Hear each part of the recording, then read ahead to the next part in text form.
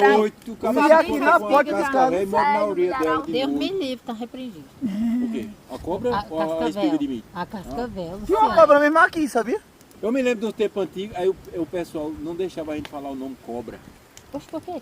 Porque dizia que se falasse aparecia a cobra. Não, pensei... Aí eu ficava, como eu era um moleque muito rebelde, eu ficava dizendo cobra. Não aparecia cobra nenhuma. Pai, ele é do contra mesmo. Lá ele. Lá ele, 3 vezes. Você tava querendo ver. Velho, não dá, mano. Tia, ajuda aí a escolher uma música. O povo fala que se Querendo ver a cobra. tá vendo? 14 anos, eu tenho É, né, pai? 44. Se eu saio meio errado, Sai então, fora.